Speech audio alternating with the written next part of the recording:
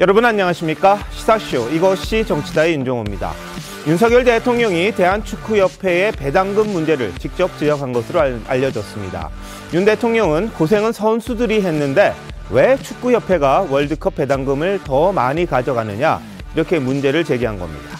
자, 이런 가운데 대장동 핵심 관련자 유동규 전 본부장이 어제 한 언론 인터뷰를 통해 이재명 민주당 대표를 저격하는 발언을 쏟아냈습니다. 어떤 내용인지 축구 관련 이슈 전해드린 다음에 바로 짚어드리겠습니다. 어서 오십시오. 네, 윤석열 대통령은 앞서 2020년 카타르 월드컵에 출전한 한국 대표팀 경기를 빠짐없이 시청했다고 했습니다. 축구에 대한 애정을 과시했었는데요. 관련 화면 보고 오시겠습니다.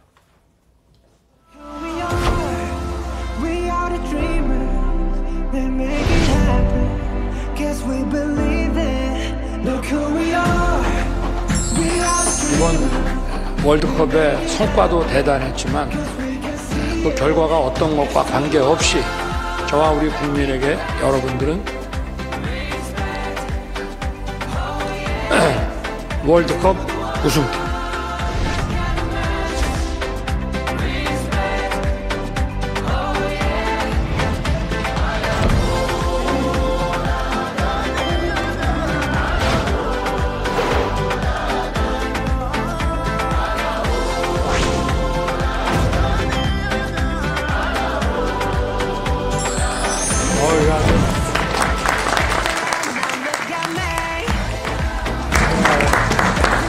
이 완장을 차니까 저도 대통령으로서 여러분이 보였던 투혼 저도 보이겠습니다.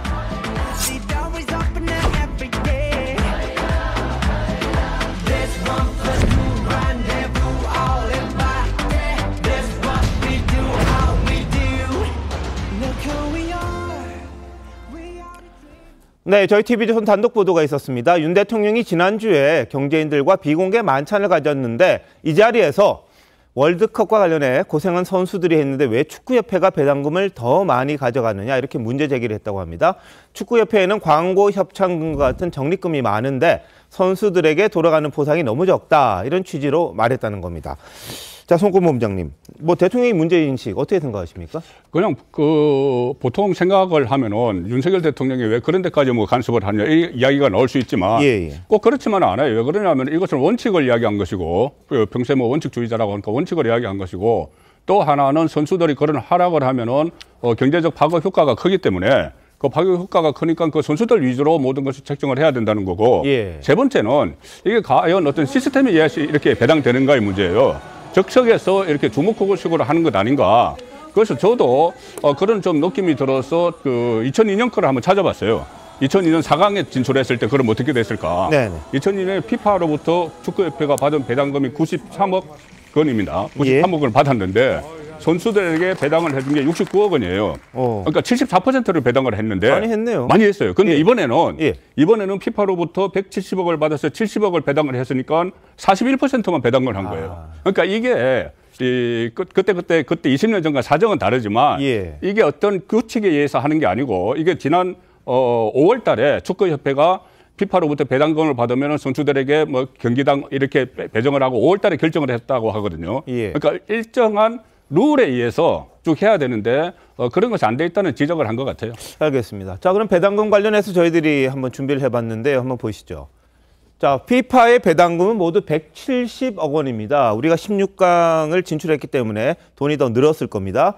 근데 그중에 이제 협회 운영 자금으로 100억 원을 가져가고 포상금은 70억 원.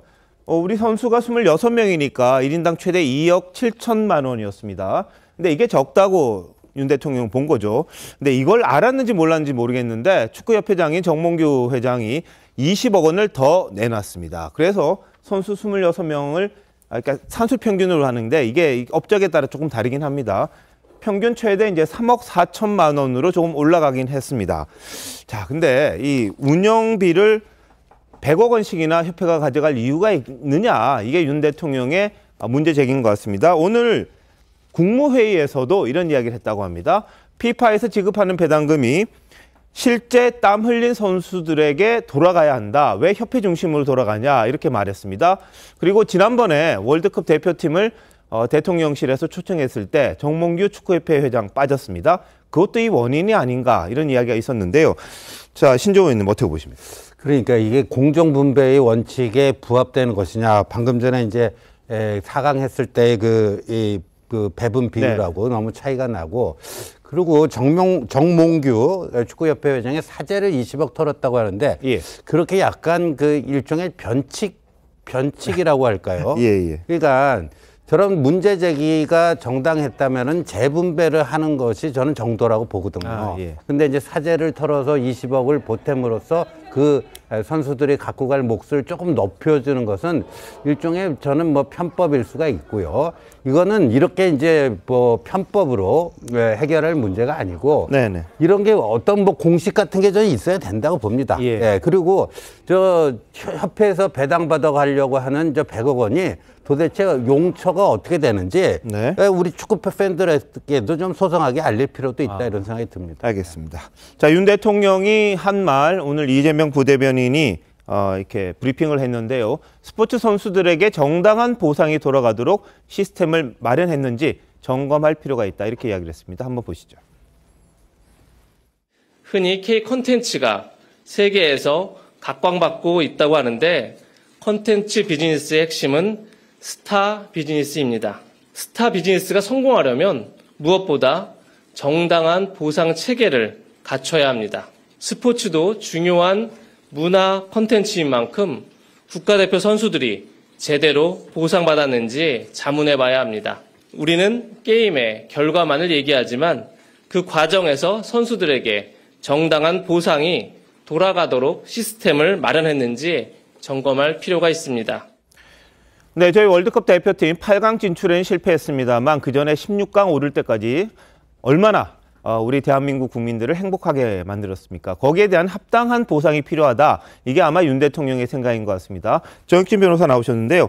뭐 어떻게 좀 해야 될까요? 이런 부분을. 일단 대통령이 스포츠에 대해서 관심이 굉장히 많으신 것 같아요. 특히 이제 충암고 나오셨으니까 야구에 대해서 아주 관심이 많으신데 네네. 축구에 대해서도 관심이 많잖아요.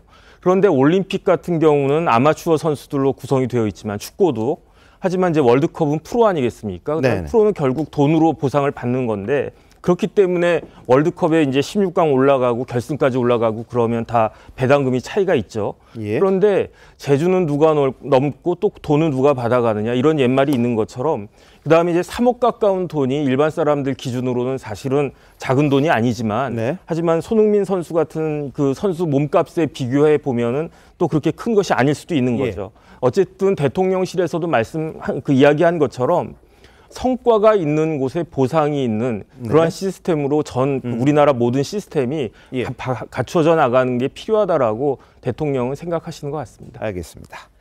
윤 대통령이 지난주 목요일이었습니다. 청와대 영빈관에서 이 축구 대표팀을 초청해 격려했습니다. 그 모습 한번 보실까요? 여러분들은 정말 잘 해냈습니다. 2026년 미국, 캐나다, 멕시코 이 월드컵에서는 여러분들이 더욱 좋은 조건에서 더욱 자신감을 가지고 마음껏 뛸 수 있도록 제가 대통령으로서 우리 정부를 대표해서 여러분들에게 더욱 강력하게 지원하겠습니다. 네, 이 자리에 정몽규 대한축구협회 회장은 초청받지 못했습니다. 그런데 다른 경제단체인들 모임에서 이제 이런 이야기를 했다는 게 아마 전해졌는지 모르겠는데 정 회장이 사재 20억을 털었거든요. 자, 이승훈 변호사, 이거 어떻게 보세요? 저는 뭐 윤석열 대통령이 국민들이 이제 아주 사랑하고 있는 국가대표 선수들에게 좀 더 지원을 하고 싶었을 거예요. 그런데 이제 체계라는 게 있잖아요. 대한축구협회도 운영 상황이 있고 뭐 차입금도 있어서 그 차입금을 변제해야 된다라고 하는데 예를 들어서 이런 포상금이 나왔을 때 선수들에게 더 많이 줄 수 있었으면 좋겠지만 어떤 축구협회의 차입금이라든가 어떤 금액이 필요한 상황이 있었으니까 많이 못 준 부분인데 이제 그런 것까지도 대통령이 좀 체크를 했으면 더 좋지 않았을까. 그렇기 때문에 어떤 금액을 재분배하는 것이 아니라 정몽규 축구협회장이 사재 20억을 털었다는 거잖아요. 그런데 뭐 기분 좋게 털었으면 좋겠습니다만 대통령이 이렇게 한 소리 하니까 또 개인적으로 사제를 출연했을 수도 있고요. 또 사제를 출연하다 보면 아무래도 다른 경제적인 능력이 없는 회장들도 있을 수 있잖아요. 그런 네. 측면에서 경제적이 있는 대기업 회장들만 축구협 회장이라든가 이런 협회장이 될 수 있기 때문에 저는 좀 여러 가지를 생각을 했으면 더 좋았겠다 생각되고 네. 또 당연히 축구 선수들 정말 훌륭했고 잘했습니다만 축구협회에서 같이 축구 선수들을 지원하기 위한 축구협회 직원들도 많이 있었을 거예요. 네. 이런 직원들에게도 어떤 이런 포상 시스템이 돌아갈 수 있는 것까지도 고려하는 것들이 어떤 역할인데 네. 정부의 역할이 어떤 노동자들에 대한 서민들에 대한 어려운 이웃들에 대한 사회적 약자에 대한 그런 것도 필요하거든요. 네. 꼭 스타 플레이어만 스타 비전으로서 그런 시스템을 갖출 게 아니라 사회적 약자에 대한 시스템도 윤석열 정부에서 빨리 갖춰줬으면 좋겠다 싶습니다. 알겠습니다. 일단 정몽규 회장이 대통령이 한마디 하니까 20억을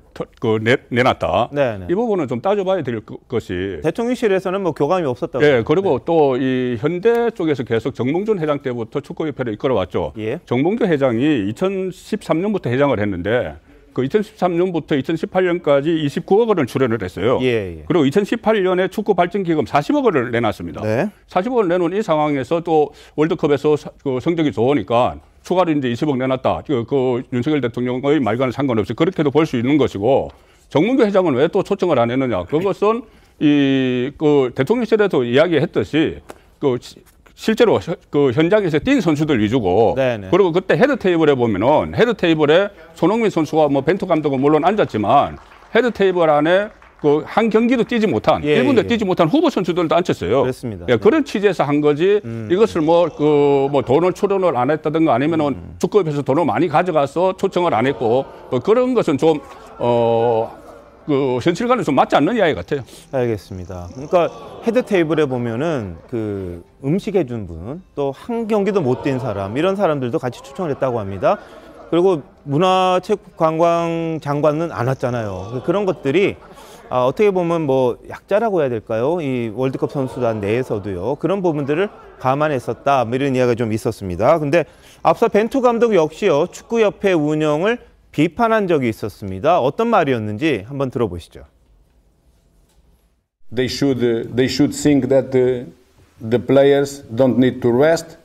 Is the most important is the money, is the sponsors and. 예, 돈과 스폰서가 대한민국 축구에서는 가장 중요한 부분이다. 그러면서 여기에 대해서 비판을 했었거든요. 그러니까 월드컵 직전까지 일부 선수들이 FA컵이라든지 K리그를 치느라고 아주 혹사 수준으로 경기를 뛰었다. 여기에 대한 불만일 수도 있고요. 축구협회가 이런 데서 이제 수익을 극대화하려고 선수들을 너무 부린 것 아니냐 이런 취지로 이야기한 것 같습니다. 자, 박성민 전 비서관 어떻게 보세요? 그러니까 지금 정몽규 회장이 단순히 이게 돈을 더 선수들한테 드린다 이게 중요한 시점은 아닌 것 같고요. 네. 오히려 지금 중요한 건 사실 이번에 축구 경기가 있고 나서 그 손흥민 선수의 개인 트레이너가 SNS에 글을 하나 올렸습니다. 그게 바로 이른바 뭐 2101호에서 있었던 일 뭐 이런 식으로 이제 축구협회의 만행을 고발하는 듯한 뉘앙스로 이제 올렸는데 뭐 구체적인 사실은 앞으로 좀 더 밝혀져야 되겠지만 사실 일부 취재했던 뭐 스포츠 기자들이나 그동안의 축협의 그런 문제점들에 대해서 얘기했던 것들을 보면 결국에 지금 선수들이 사실 국내 선수 뭐 해외에서 뛰던 선수 너나 할 것 없이 굉장히 크고 작은 부상들을 많이 안고 참여를 했단 말이에요. 그런데 이게 보면 벤투 감독도 약간의 좀 불만을 표시를 했지만 이게 선수들의 치료나 아니면 휴식 이런 부분보다는 오히려 축구협회 차원에서 마케팅을 하거나 이럴 때는 손흥민 선수 같은 경우도 뭐 손흥민 선수가 속한 유럽의 팀 같은 경우에는 부상 같은 걸 최대한 공개를 안 하려고 했던 그러니까 출전 가능성에 대해서 좀 닫아놓던 부분이 있는 것인데 오히려 이제 축협에서는 좀 낙관적으로 이런 부상들을 바라보는 등 이런 식으로 하면서 선수들이 개인 부담을 좀 지불해서 그 축협 차원에서 지원하는 의료적 지원을 받지 않고 개인적으로 부담을 해서 비공식적인 트레이너들이나 뭐 재활치료사를 직접 이렇게 부담을 했다라는 것이 사실은 공식적 의료팀과 비공식적 의료팀 간의 갈등이 있었던 것이다라는 게 이른바 2701호 사건인데요. 그러니까 이런 식으로 사실은 축협 차원에서 제대로 선수 관리가 되고 있느냐 이런 문제점은 계속 제기되고 있는 부분이기 때문에 정몽규 회장도 좀 제대로 이런 비판에 귀 기울이고 직면할 필요가 있는 것 같습니다. 알겠습니다. 근데 우리가 며칠 전에 유럽의회 부의장이죠. 그리스 출신 여성 정치인이 뭐 카타르로 추정이 된다라고만 이렇게 뉴스가 나오죠. 근데 뭐 10억 원 가까운 뇌물을 받아가지고 긴급 체포가 됐습니다. 이 월드컵 비즈니스가 이토록 많은 이권을 낳고 있고요. 정치인들이 거기 기생해서 불법 자금을 받고 있는 게 엄연한 현실입니다. 그 FIFA 그 회장은요, 웬만한 나라 대통령보다 더 파워풀합니다. 전용기까지 가지고 있고요. 어느 나라에 방문을 하면은 거의 국가 원수급 대접을 해줍니다. 그러니까 이게 엄청난 그 이권이 걸려 있는 게 월드컵 비즈니스다라는 거고요. 그러니까 대한축구협회가 이제 2000년 우리 4강 이후 나름대로 아시아에서는 축구 강국이 되면서 이것 또한 이권이 상당한 거라고 봐야 되고요. 그러니까 이거를 아까 우리 이승훈 변호사는 자꾸만 축구협회를 옹호하고 변호하는 듯한 발언하는데 저는 그거는 아니고요. 이 연예인들이 연예 기획사하고 갈등이 생기잖아요. 근데 실제 공연을 하는 연예인들에게 정당한 대가를 지불하지 않고 연예 기획사가 더 많은 거를 갖고 가는 게 안 되는 것처럼 축구협회와 우리 대표팀 간의 관계도 저는 그래야 된다고 봅니다. 알겠습니다. 자, 이 일종의 노예 계약처럼 한 게 연예사와 연예인들 간의 관계이긴 합니다만 그것과는 좀 다릅니다만 170억 원이 배당이 됐는데 협회가 절반이 훨씬 넘는 100억 원을 가져간다. 그건 조금 이상하다. 이렇게 문제 제기를 할 수 있을 것 같아요. 근데 나름 사연은 있겠습니다만 이런저런 것들을 좀 감안해서 이 축구협회와 선수들 이 관계 정립이 좀 필요하다. 이런 의견들이 많은 것 같습니다. 축구 국가대표팀이 윤석열 대통령에게 여러 가지 선물을 한 게 있습니다. 근데 용산 대통령실 1층 로비에 전시가 됐습니다. 윤 대통령도 아주 관심 있게 이를 지켜봤는데요. 지난주 청와대 영빈관에서 진행된 환영 만찬 때 놓였던 선수들 사인 포토월, 이게 또 그대로 대통령실 1층 로비에 다시 설치가 됐고요. 손흥민 선수가 포르투갈전에서 착용했던 주장 완장 있지 않습니까? 그것도 전시가 됐습니다. 사인이 담긴 유니폼, 축구화, 축구공 등 이런 다양한 것들이 전시가 돼서 이 대통령실에서는 VIP들이 오셨을 때 이런저런 우리 월드컵의 정신, 또 이 우리 선수들의 이 불타는 투혼, 이런 것들을 함께 감동을 나누기 위해서 전시를 했다, 이런 이야기를 했습니다. 축구 대표팀과 만찬을 할 때 김건희 여사는 이 대통령이 어떻게 월드컵을 시청했는지 밝힌 게 있습니다. 한번 들어보시죠.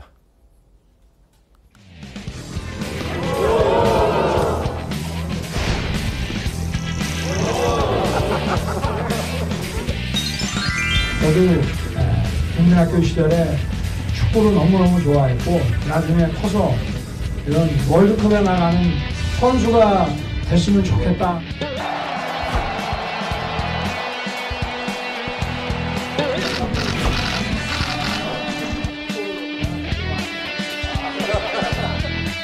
문학 경기장에서 하나 가서 봤어요.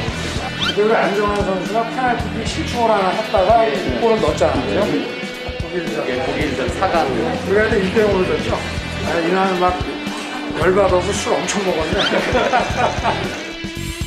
축구는 우리 선수들 여러분들에게는 여러분의 청춘이고 인생입니다.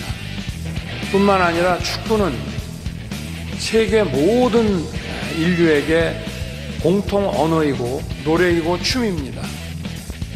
대통령께서 그날 새벽에 그 똑같은 장면을 계속 우리가 반복이 돼서 영상에 나왔잖아요. 그걸 보고서 계속 울먹거리셨던.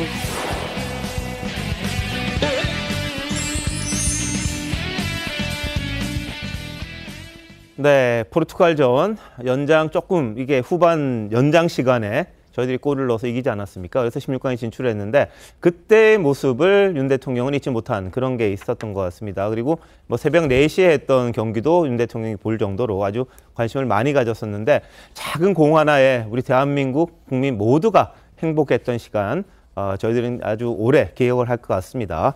그런데 윤 대통령의 축구대표팀 초청 만찬을 두고 민주당에서는 이 보여주기식 행사다 이런 지적을 하기도 했습니다. 한번 보시죠. 어제 만찬 자리는 장관님은 초대 받으셨나요? 저하고 그 대한축구협회는 빠졌습니다. 왜 빠진 겁니까?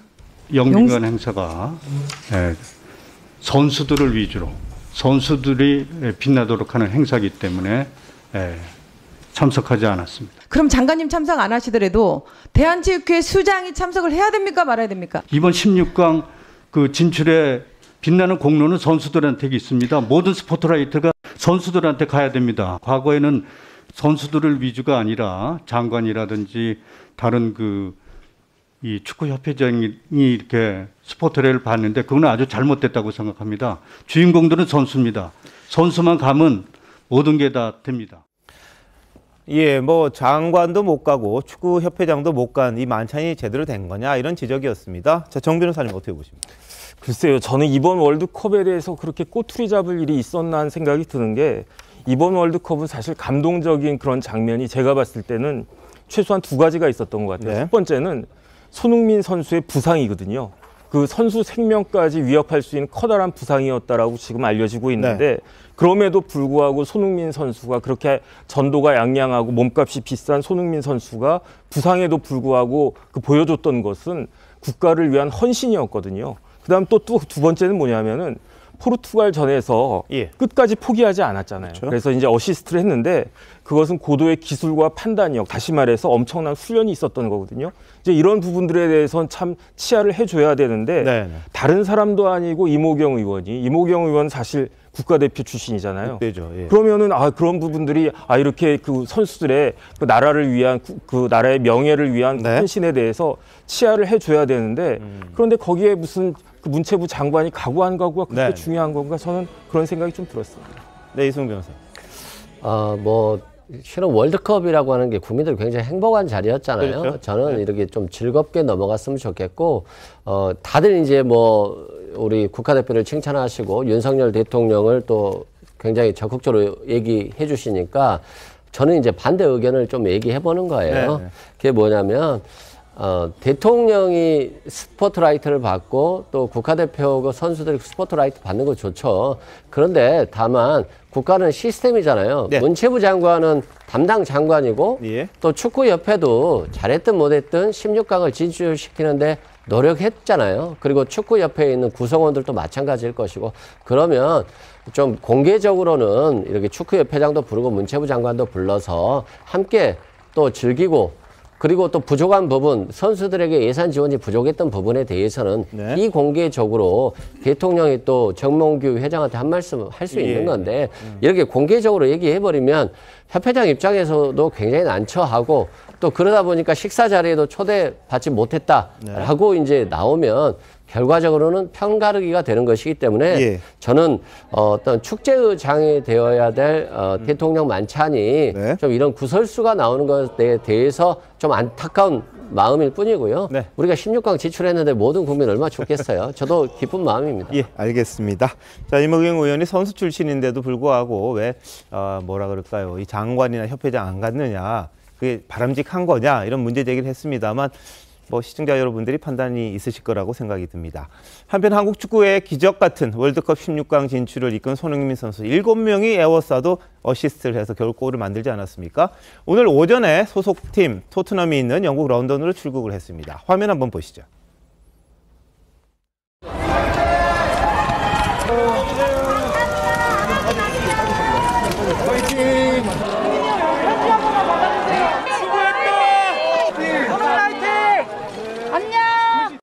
가는 게 배웅해 주려고 나왔습니다. 부상당하신 거 빨리 회복하셨으면 좋겠고 영국에서도 계속 이제 좋은 모습 보여주셨으면 좋겠습니다.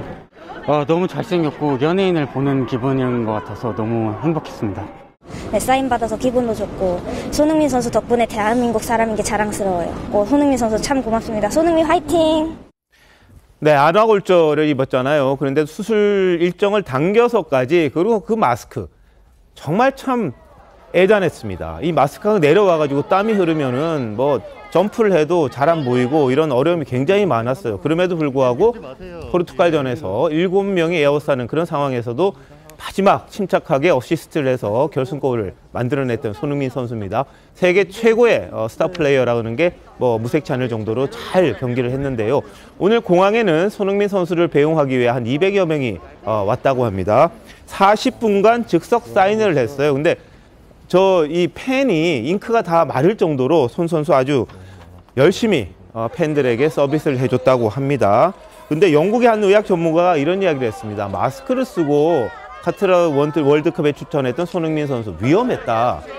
근데 지금 돌아가서 정말 잘 관리를 해야 될 텐데 또 다른 프리미어 리그에 또 뛰어야 되지 않겠습니까? 이 손 선수가 걱정스럽기도 한데 이런 투혼이 대한민국의 영광, 우리 대한민국 국민들의 기쁨을 선사하는 아주 투혼이었다 이렇게 볼 수밖에 없을 것 같습니다.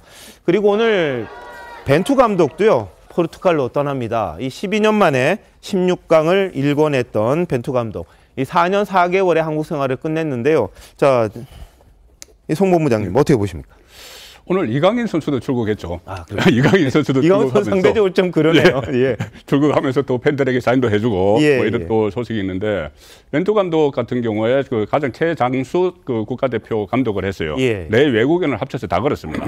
그리고 뭐 다음 그 월드컵까지 축구협회는 이렇게 계약을 하기를 원했지만은 축구협회는 이제 다음 아시아 선수권까지를 원했는데 이 벤투 감독은 다음 월드컵까지 원했다는 이런 뭐 여러 가지 보도도 나오지만 어쨌든 그 벤투 감독이 한국 축구를 그다음 히딩크에 이어서 또 한 단계 더 올렸다 이런 평가를 충분히 받을 만큼의 성적을 냈고 성적도 그렇지만 그 과정이 끝까지 포기하지 않는 그 과정을 이 벤투 정신으로 이뤄냈기 때문에 상당한 의미가 있다고 보고 지금 그 대통령실에서도 저것을 전체를 하는 게 언제까지 전체할 것은 아니고 지금 워낙 이것이 감동적이었고 지금 우리나라가 뭐 코로나나 여러 가지 어려운 상황에서 그런 투혼이 필요하기 때문에 그 대통령실 안에도 이렇게 전체를 해놓는 그런 그 상황인 거죠. 그래서 뭐 벤투 감독이 많은 성과도 거렸기 때문에 지금 뭐 다른 국가대표 다른 나라의 국가대표 이야기도 있지만 뭐 한 지켜봐야죠 그것은. 알겠습니다. 뭐 중국에서 20억을 제안했다 이런 보도도 있었습니다만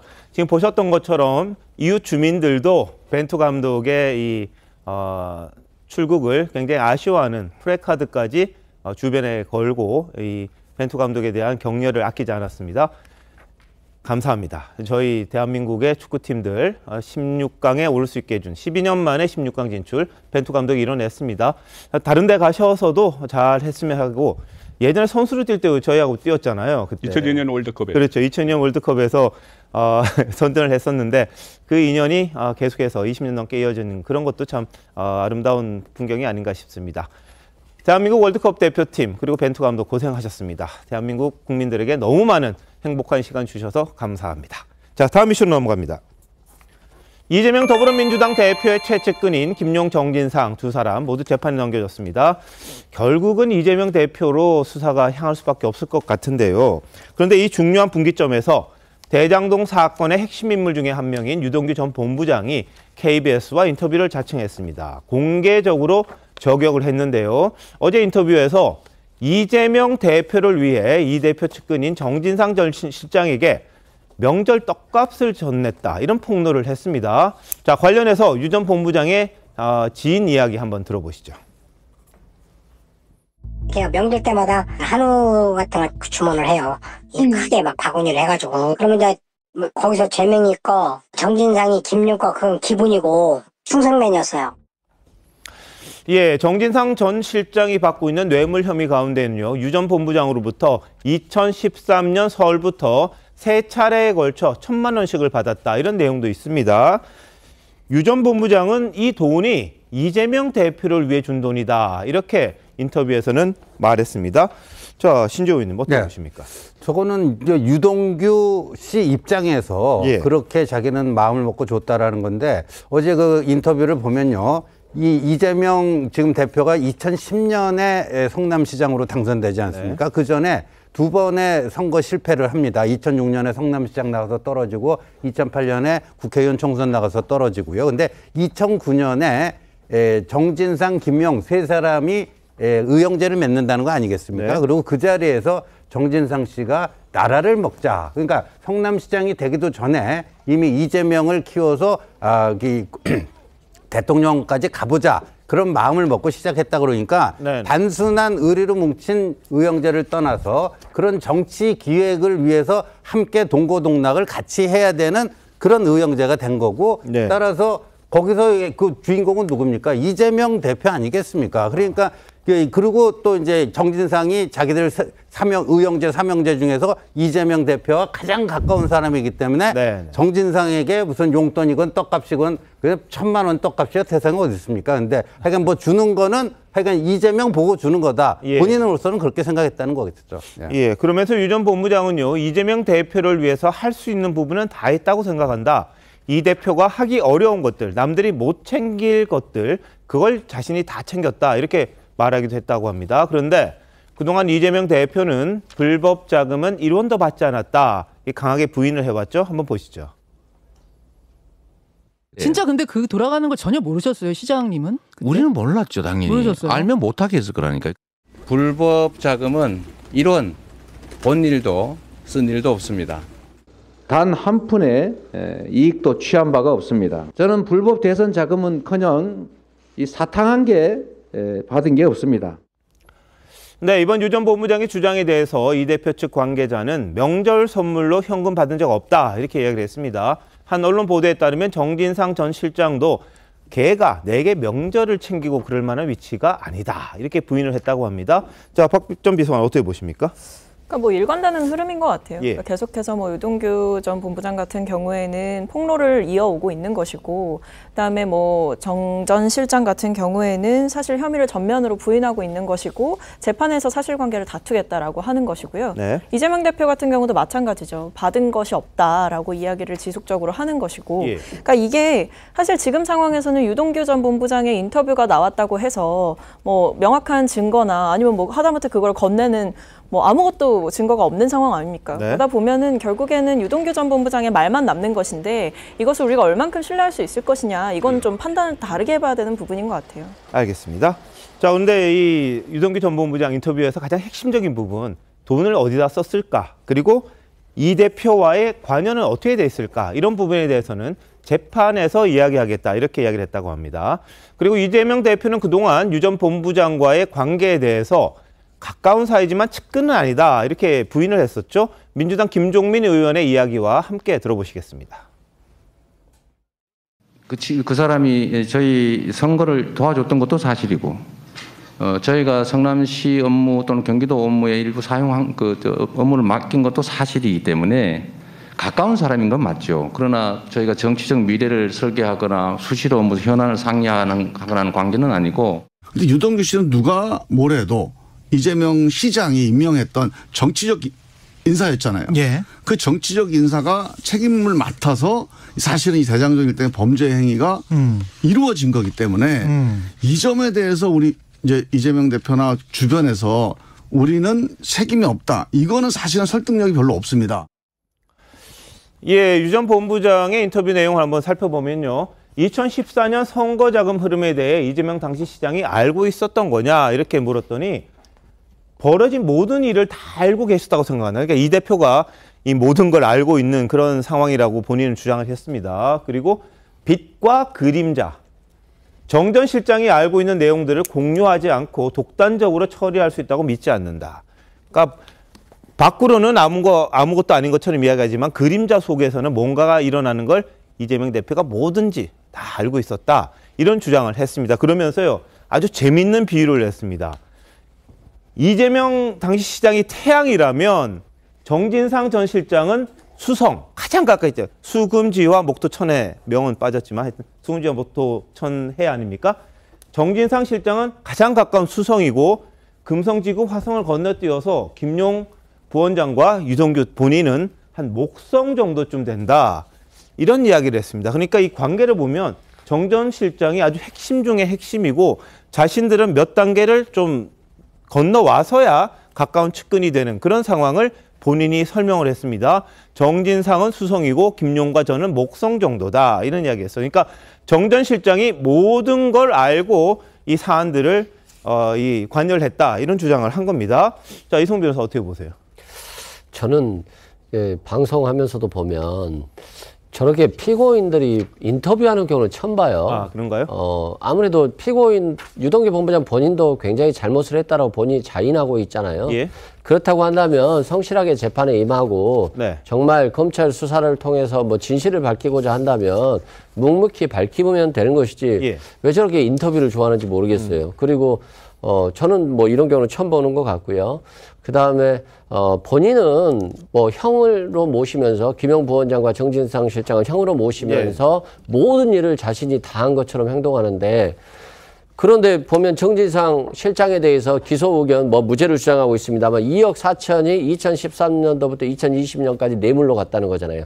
그러면 한 8년간 2억 4천인데 유동규 본부장 유원홀딩스 통해서 35억 받고 그 중에 12억 원은 전처와 지금 사실은 처에게 줬다라고 그렇게 진술하지 않았나요? 네. 그러면 도대체 그냥 형이라고 부르면서 본인이 몸통이었는지 이게 어떤 진술이 사실인지 좀 신빙성에 의심이 가고요. 예.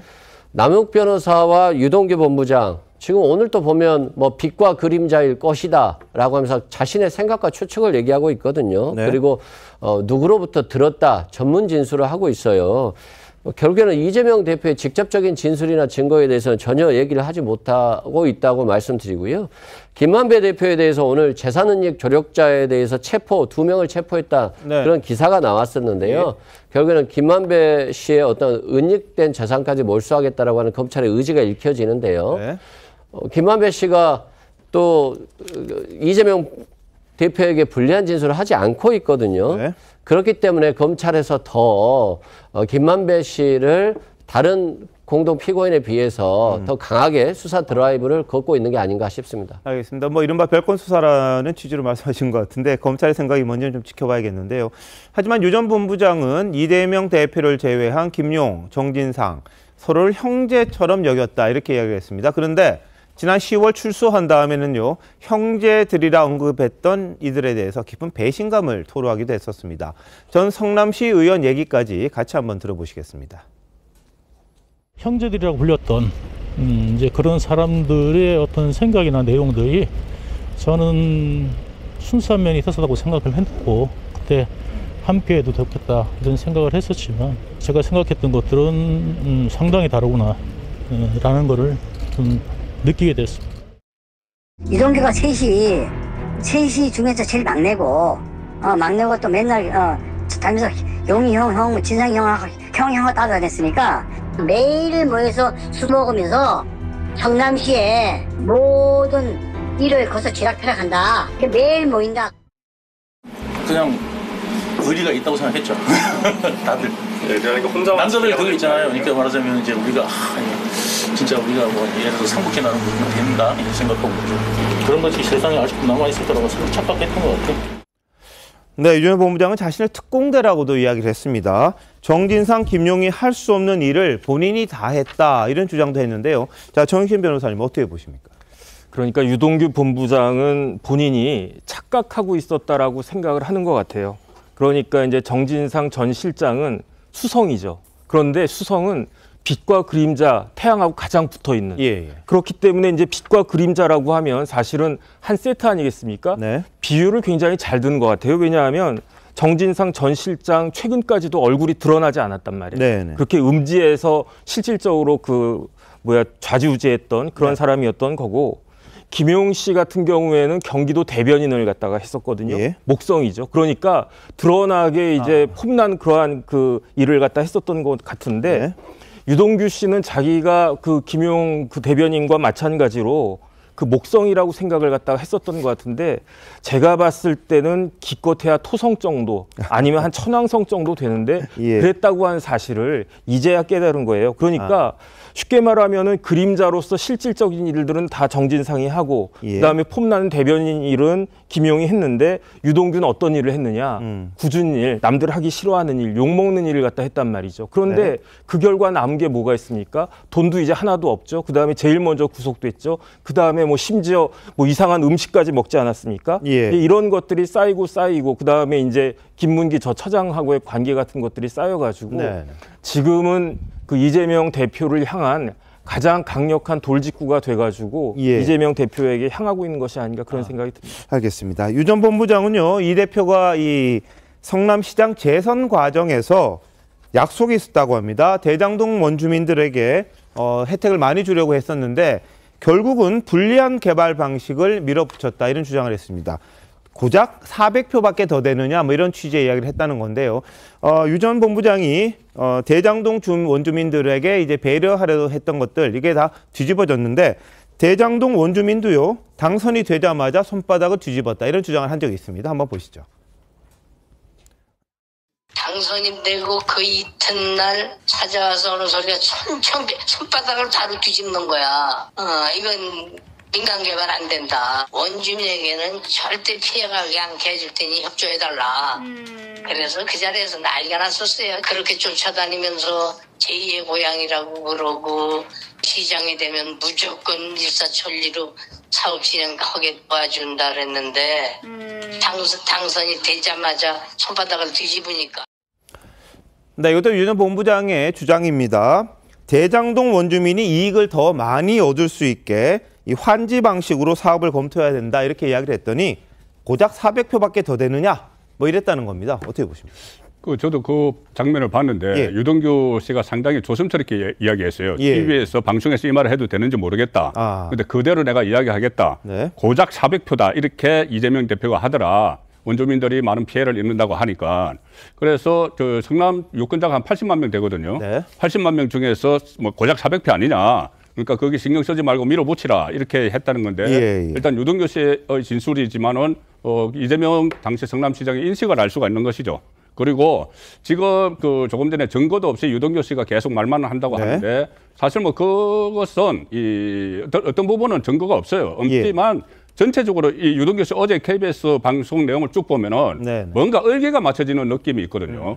뭐냐면 제가 가장 그 유익 있게 본 것은 술자리에서 정진상 씨가 조금 전에 정진상 씨가 수성이라고 했지 않습니까? 그리고 유동규 씨가 그 사이에 금성, 지구, 화성은 없다고 이야기했어요. 그러니까 뚝 떨어져서 자기들이 있다는 이야기죠. 그만큼 정진상 씨가 핵심 역할을 했는데 2009년에 술자리에서 대한민국을 먹자, 이재명 대통령이 꿈이다, 뭐 이런 식으로 이야기를 했다는 거예요.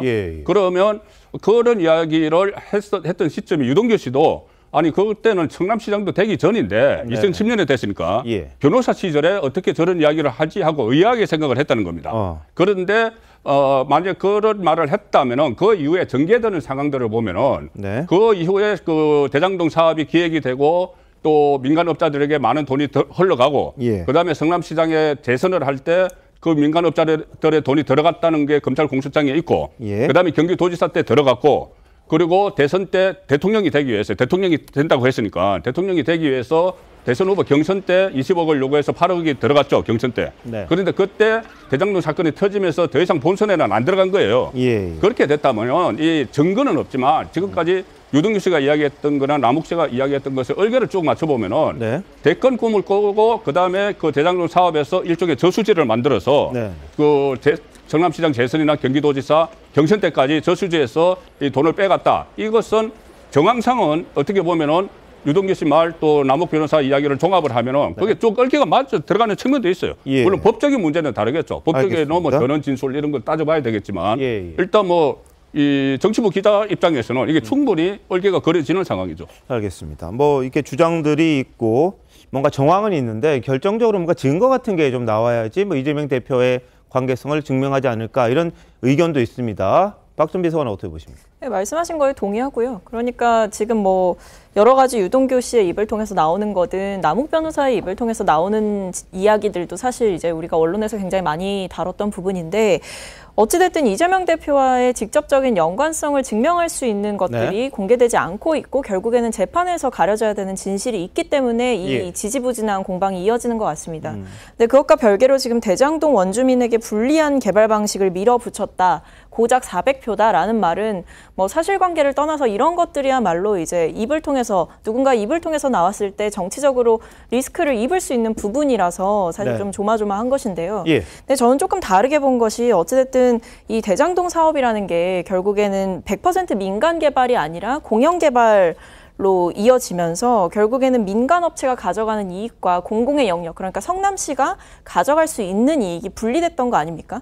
그러니까 결국에는 저는 이 부분은 뭐 공약이 좀 바뀌었던 부분은 주민들 입장에서 비판을 하실 수도 있고 불편하실 수도 있지만 이것을 결정할 때에는 뭐 특정한 뭐 뇌물을 받거나 돈을 편취하려는 목적보다는 아무래도 정치인으로서의 욕심이 좀 어느 정도 있었을 거라고 보여요. 왜냐하면 결국에 이 이익이 사실 5,503억 정도가 시민 이익으로 환수됐다라는 것이 어떻게 보면 이재명 성남시장의 세일즈 포인트가 될 수 있었던 거거든요. 이런 부분에서 아마 정치적인 목표나 이런 여러 가지를 기반으로 판단을 했기 때문에 뭐 이것이 뭐 주민들의 원성과 별개로 뭐 불법적인 행위를 도모하기 위해서 목적을 바꿨다 이렇게 보기에는 조금 과한 주장이 아닐까 싶습니다. 알겠습니다. 정 변호사님.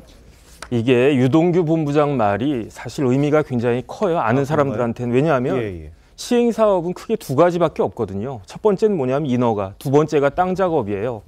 인허가는 누구한테 그 권한이 있느냐? 시장한테 있어요. 그러니까 이재명 시장이 마음을 먹었으니까 이제 문제가 다 해결이 된 거예요. 남은 게 뭐냐면 땅 작업인데 땅 작업을 하려면 두 가지 방법이 있습니다. 첫 번째는 이 지주들하고 일일이 협의해가지고 매수하는 방법이 하나 있고요. 두 번째는 수용하는 방법이 있거든요.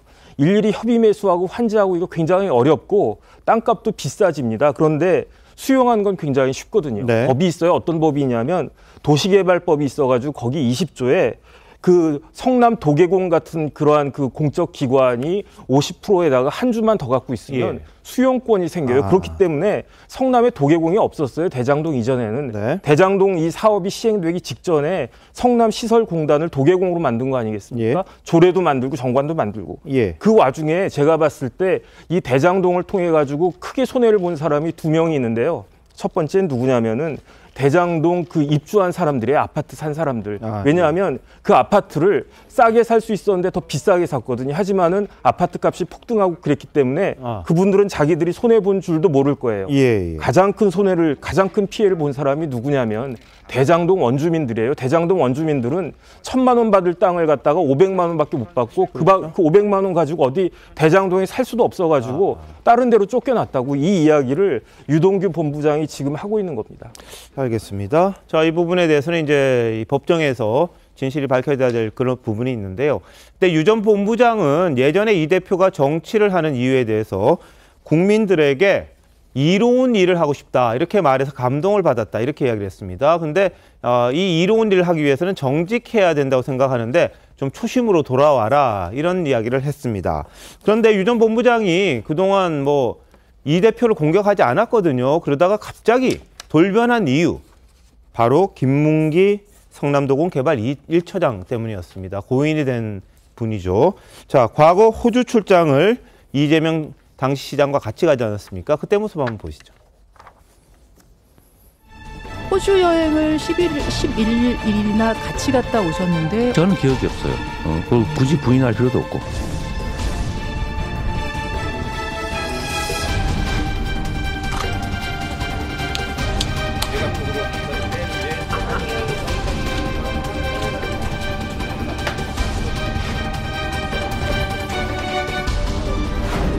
안에 가면 천년무공 고사리들 많이 있습니다. 사람으로 변신한 거예요.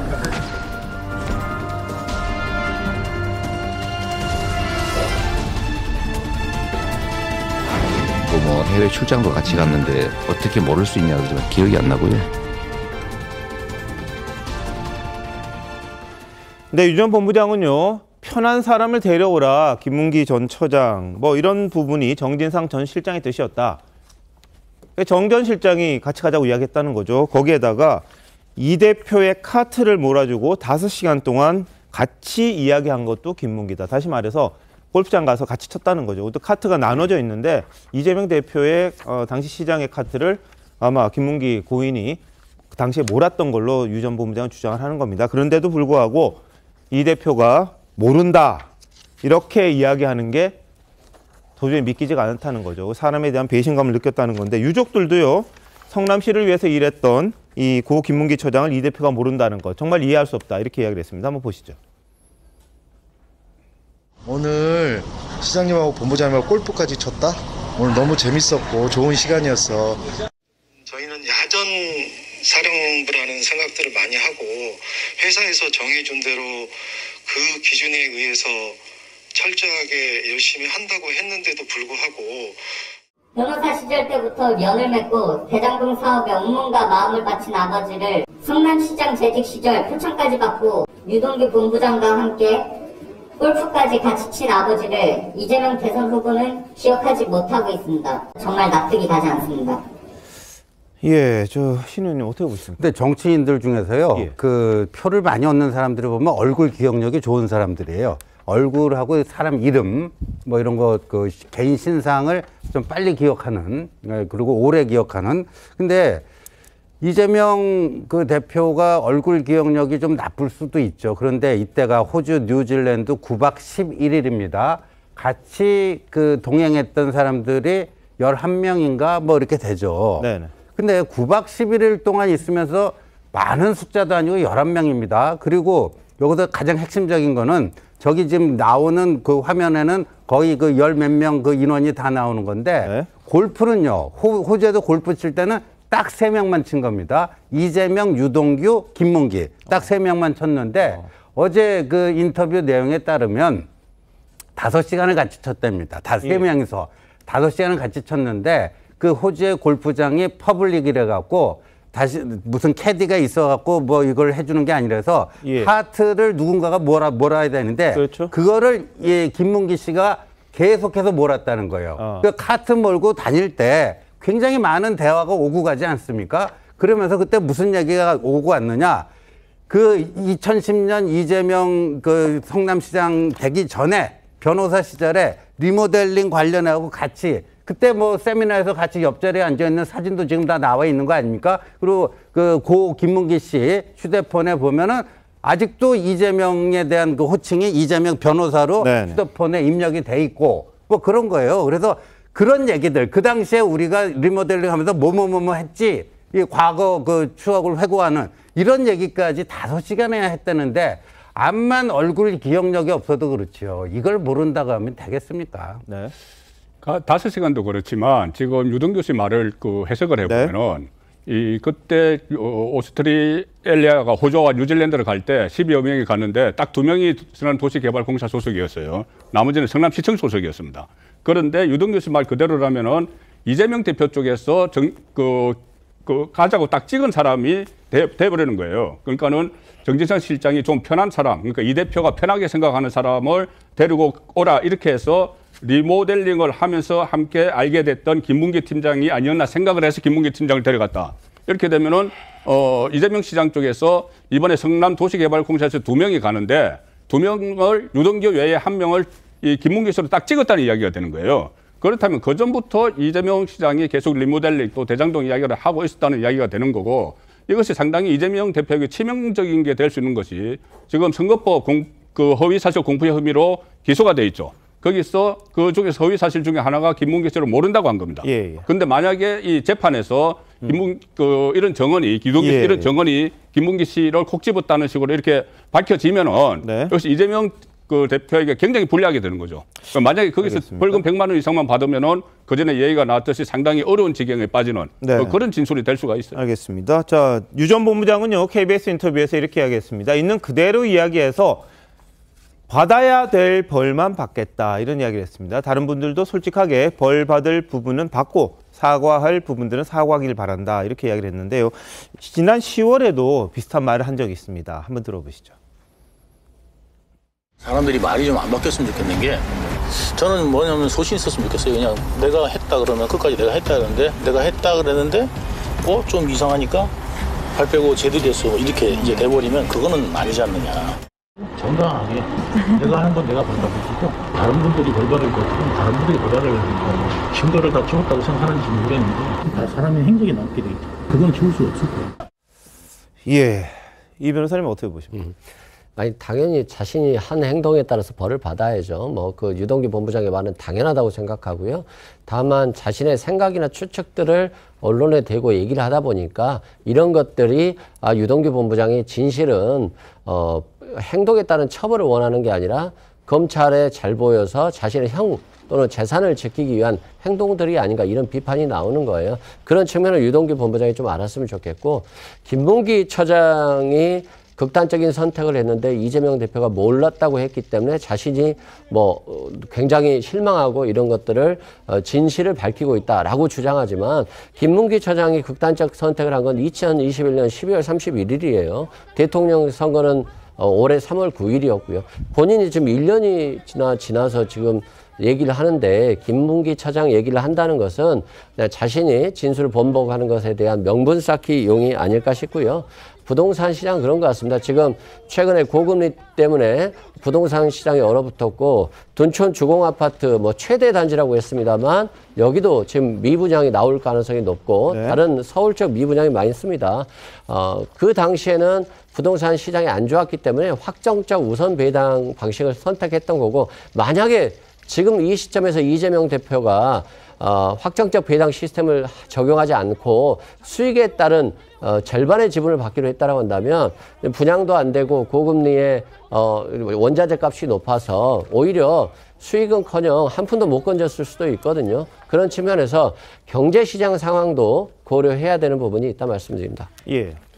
김문기 처장이요. 성남 도계공 개발 1처장이었거든요. 예. 그런데 대장동 실무 총괄한 사람이에요. 네네. 성남의 뜰을 갖다가 선정할 때 1차, 2차 모두 심사위원 했던 사람은 김문기 처장밖에 없어요. 김문기 처장이 원래부터 성남 도계공 사람이 아니고요. 원래는 이제 건설회사 영업 부장이었는데 네네. 성남 도계공이 2013년 9월 달에 설립됐을 때 11월 달에 입사를 했어요. 누가 입사하라고 했느냐? 그 유동규 씨가 입사하라고 한 거예요. 왜 입사하라고 했느냐? 대장동 이제 앞으로 할 테니까 대장동 맡아서 하라고. 그랬는데 이제 김문기 씨가 이제 세상을 갖다 떠났잖아요. 제가 만약에 유동규 씨라면 아니, 내가 이렇게 추천해가지고 왔는데 내가 추천을 안 했으면 저 사람이 죽지 않았을 것 같다라는 생각을 하지 않겠습니까? 예. 굉장히 미안한 마음이 있을 텐데 그런데 유동규 입장에선 진짜 황당한 일이 벌어진 거예요. 어떤 황당한 일이냐면 김문기 씨가 그 극단적 선택을 한 날짜가 언제냐면은 2021년 12월 21일입니다. 그런데 그 다음날 어떤 일이 있었냐면요. 이재명 당시 후보가 모 방송사 인터뷰를 갖다가 했어요. 김문기를 그때 모른다고 했어요. 그 다음날 모른다고 했어요. 그러니까 유동규가 그 사실을 알았을 때 얼마나 이게 황당했을까. 제가 오늘 그 KBS 인터뷰한 거 쭉 봤거든요.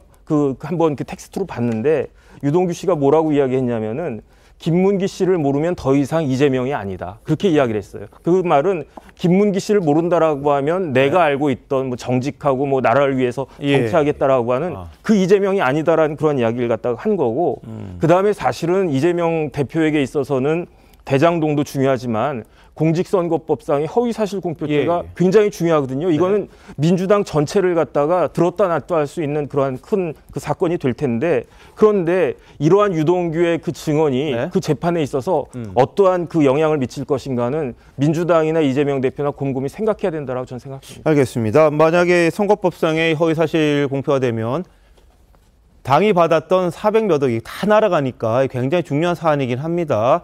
그래서 이 부분이 어떻게 진행이 될지 많은 분들이 궁금해하시는 그런 상황입니다. 한편 대장동 사건을 수사하는 검찰이 화천대유 대주주인 김만배 씨가 이 대장동 개발 사업 과정에서 취득한 수익을 숨기는 데 도움을 준 조력자를 체포했다고 전해졌습니다. 그런데 그중에는 과거 김만배 씨가 이 첫 번째 구속영장 청구 때 기각이 됐었잖아요. 오토바이를 타고 나타났던 헬멧맨이 그중에 하나라고 합니다. 당시 영상 한번 보시죠.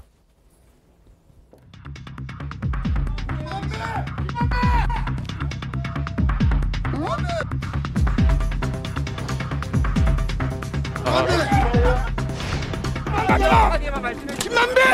도망가지 마!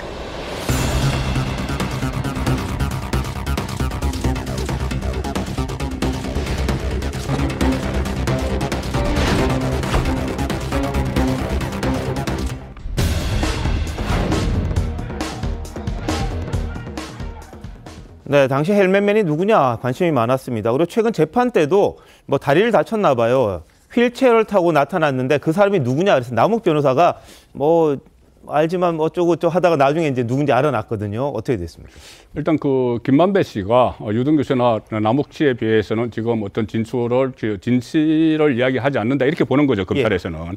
그래서 조력자들에 대해서 다시 수사망을 좁혀가는 상황인데 지금 저 오토바이맨, 뭐 헬멧맨 저렇게 불리는 사람은 쌍방울의 대표이사도 했고 부회장까지 지낸 인물입니다. 그리고 김만배 씨와 한 수십 년 동안 지인인 관계인데 김만배 씨가 저 최모 씨입니다. 저 최모 씨에게 여러 차례 돈도 빌려주고 수십억의 대여를 해준 그런 아주 특수한 관계죠. 특수한 관계라서 저런 식의 지금 보이는 것은 뭐 오토바이로 이렇게 데려다 주고 하는 정도의 조력이지만 또 다른 차원의 조력이 있었는지 그것을 살펴보기 위해서고 또 한 사람 조력자가 그 이하영 전 열린우리당 대표가 있었죠. 그 경기 평화부지사에 있던 그 핵심 척근입니다. 이재명 대표의 핵심 척근인데 그 이하영 전 지사가 국회의원을 할 때 보좌관을 했던 이한성 씨라고 있습니다. 이한성 씨가 하천대유 공동대표이기도 한데 또 이한성 씨에 대해서도 지금 수사를 조력자로 체포를 하고 압수수색을 하고 있는 상황이라서 이 두 사람에 의해서 김만배 씨의 또 다른 그 본인이 말하지 않고 있는 그런 정황 증거들이 나올 수도 있는 거죠. 진술이 나올 수도 있는 거죠. 자, 이게 뭐 압박일 수도 있는데 이 부분은 뭐 범죄에 대한 수익을 다시 환수하는 그런 과정이라고 볼 수도 있겠습니다. 그런데 검찰이 어디까지 밝혀낼 수 있을지 한번 지켜보도록 하고요. 이재명 대표는 현장 행보를 재개했습니다. 오늘은 천안을 찾았는데요. 무슨 말을 했을까요? 보시죠. 내가 혹시 이 얘기하다가 잡혀가는 거 아닐까? 내가 혹시 이 얘기했다가 압수수색 당하는 거 아닐까? 내가 이 얘기 잘못했다가 세무조사 당하는 거 아닐까? 우리 사회에 아무도 모르게 공포감이 젖어들고 있습니다. 국가가 지금은 혹시 나를 때리지 않을까? 혹시 나를 꼬집지 않을까? 혹시 나를 해코지하지 않을까? 걱정하는 존재가 돼가고 있습니다. 민주주의가 숨을 제대로 쉬지 못하고 있습니다. 질식해가고 있습니다. 바로 여러분이 그걸 막아주셔야 합니다. 함께 하시겠습니까?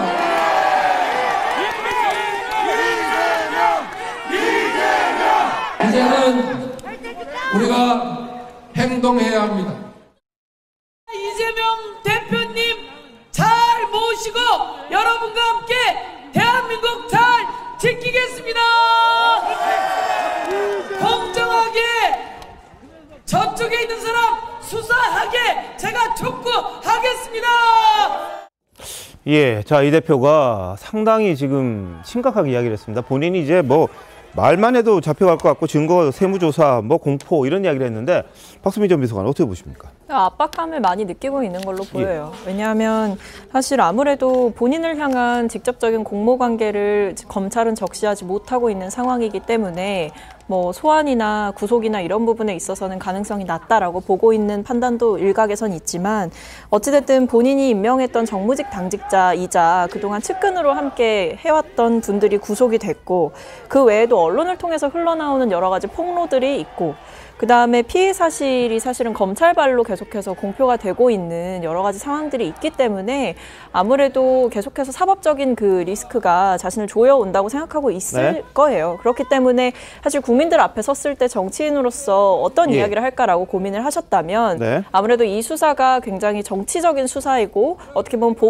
보복성을 띠고 있는 수사다라는 것을 말씀하고 싶으셨던 것 같고 특히 이제 저런 행사에 가면은 사실 당원분들이 또 많이 모이시는 경향이 있거든요. 그래서 사실 아무래도 당원들의 압도적인 지지를 받아서 당선되셨던 분이기 때문에 한 번 더 이제 본인의 지지 기반을 다지는 차원에서 저런 말씀을 하시지 않았을까 싶고요. 근데 저는 조금 눈여겨봤던 게 뭐 여러분이 막아주셔야 된다 이런 표현은 별로 좋지는 않았던 것 같은데 그 외에 이제 민주주의가 숨을 제대로 쉬지 못하고 있다. 이거는 저는 이제 본인을 향한 수사뿐만 아니라 사실은 지금 상황에서 보면 문재인 전 대통령을 뭐 향한 수사라든지 문재인 정부 청와대를 향한 수사라든지 이런 것들이 계속해서 벌어지고 있고 뭐 우리 당 소속 의원들 역시도 사법적인 리스크가 계속해서 늘어나고 있는 상황이기 때문에 최근엔 사실 정치 얘기를 하다 보면 결국에는 끝은 사법으로 끝나는 또는 시작의 사법으로 돼서 오히려 정치권의 이슈가 사법적인 이슈에 다 묻히게 되는 이런 상황들이 아무래도 정치권이 제대로 기능하지 못하고 있고 사법적인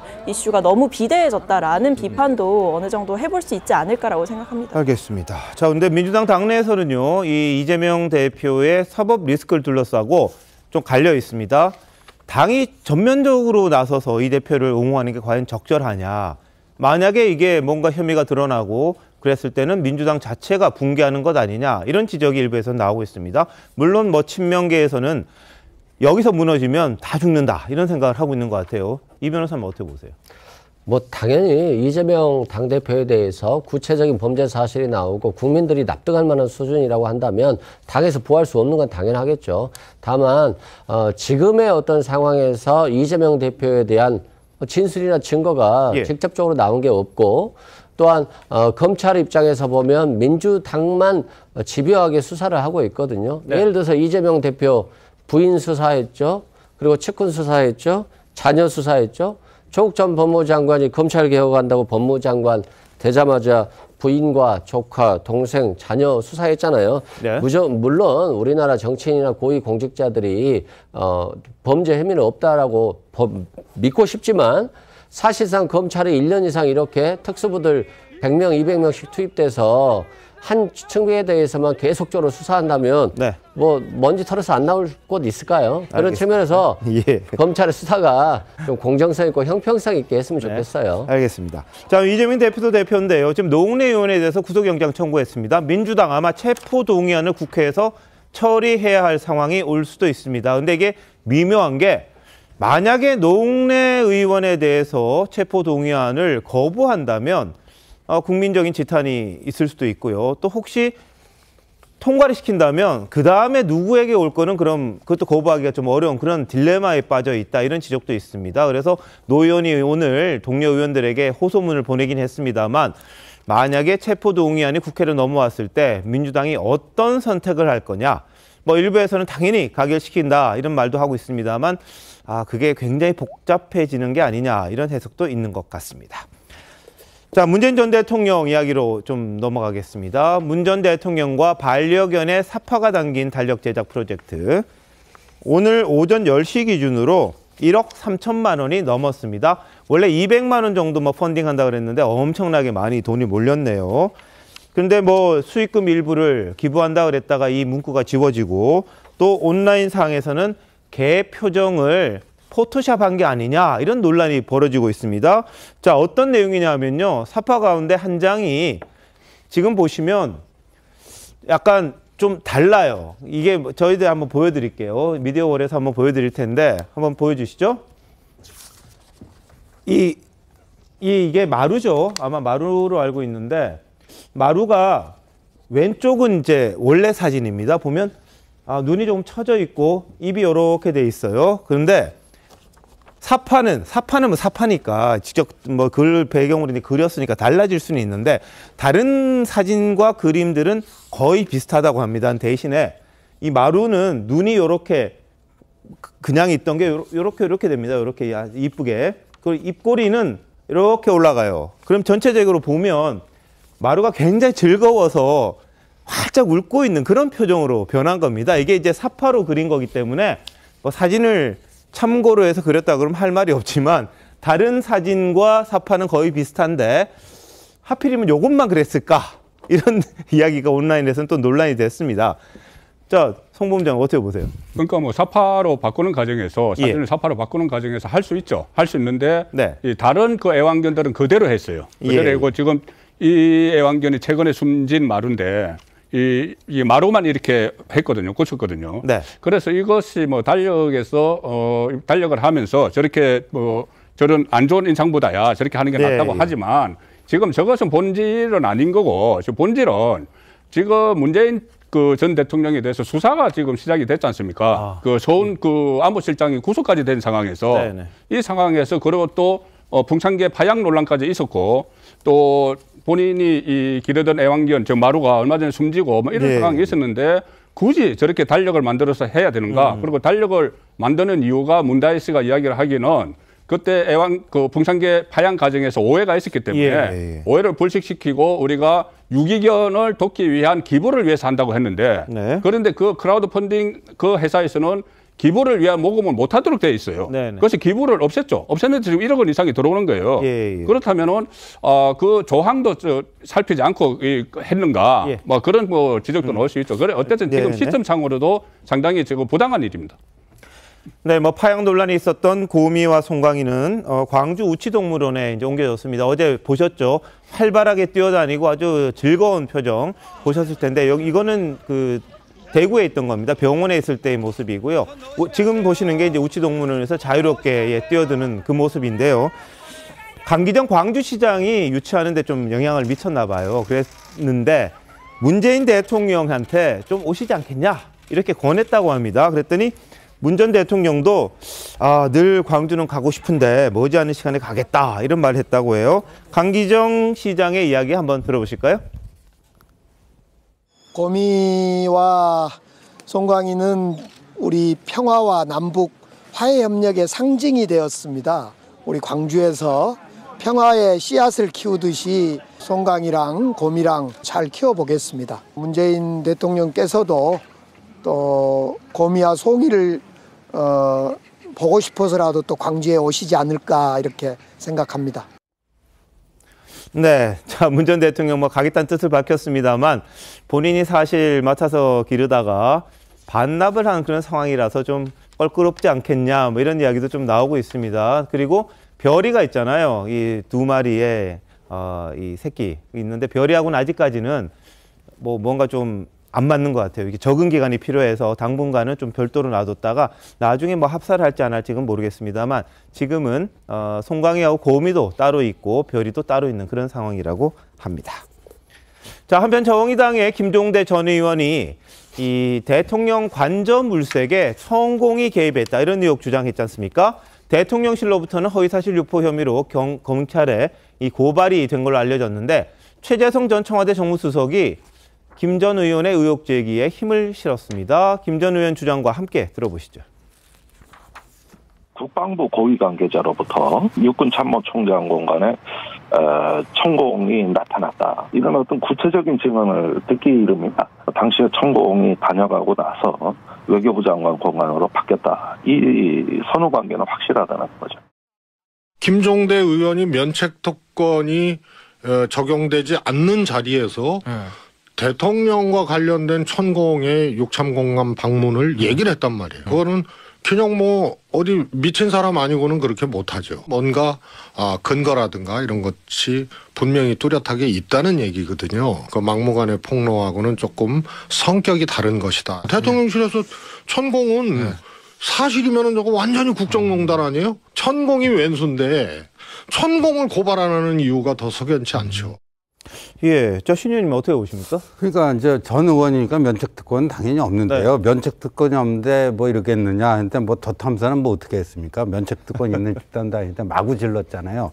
그런데 이건 이렇게 복잡한 일이 아니고요. 김종대 전 의원도요. 누군가의 들은 얘기를 그거를 인용을 해서 자기 주장을 펼치게 되면 자기도 그 들은 얘기를 자기도 신뢰하고 믿는다. 그 얘기거든요. 네. 그러니까 이게 이제 고소고발이 이루어지니까 자기에게 제보해 준 사람을 믿는다. 이런 식의 멘트를 하던데 그거는 이미 한 거예요. 그 사람의 얘기를 인용하면서 자기 주장을 펼쳤기 때문에 이미 김종대 전 의원은 그걸 한 거고요. 거기에 대해서 이제 그 사람이 나한테 거짓말 했으니까 나는 거기에 깜빡 속은 거다. 이런 식의 변명이 통할 수가 없는 그런 상황인 겁니다. 그리고 이제 고소고발이 됐으니까 저거는요. 사실관계 따지고 확인하는 게 어렵지가 않다고 보고 그 사실관계 나온 대로 이제 법적으로 처리하면 된다고 봅니다. 자, 이 변호사는 어떻게 보세요?